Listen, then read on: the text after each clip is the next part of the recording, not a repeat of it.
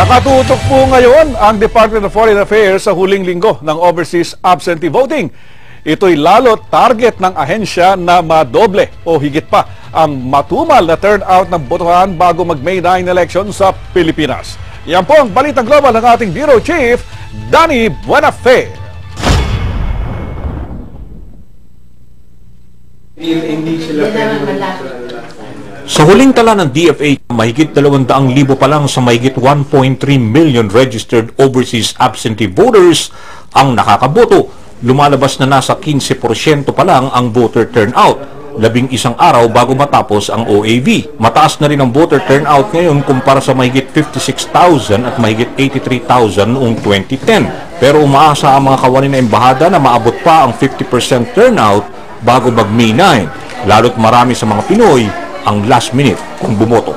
Ang instructions po na na-receive namin ay gamitin lahat ng paraan upang hikayatin yung ating mga kababayan na bumoto.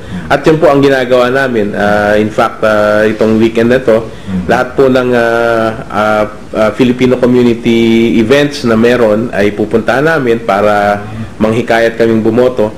Ito ang halalan na may pinakamalaking bilang ng registered overseas absentee voters dahil inaasahan na mahigpit ang labanan sa pagkapangulo, pangalawang pangulo at mga senador. Marami ang naniniwala na ang OFW vote ay pwedeng swing vote sa huli.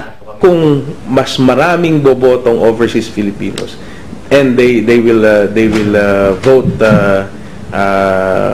massively, they can really be the swing vote in this election. Kailangan pong ipakita nung overseas Filipinos na sila yung isa sa mga factors that would decide this election. First-time absentee voters sina Rodolfo Cordoves at Mary Grace Mailas na bumoto sa Philippine Embassy sa London.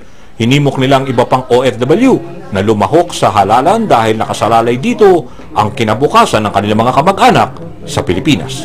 Siguro kung ang ipinangako nila na para sa mga OFW or para sa taong bayan sa Pilipinas ay dapat nilang tuparin. Upo yung sayangin yung mga boto ninyo. Tsaka alam naman natin kung sino yung mga presidente na karapat-dapat maglingkod sa ating bansa. So sana po bumoto po kayo. Veteranong OAV voter naman si Edwin Linda.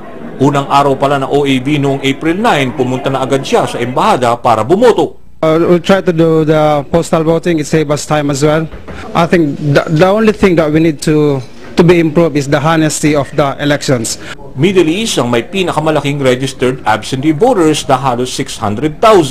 Sinundan ng Asia Pacific, Amerika at Europa. Danny Buenafe, ABS-CBN News, London.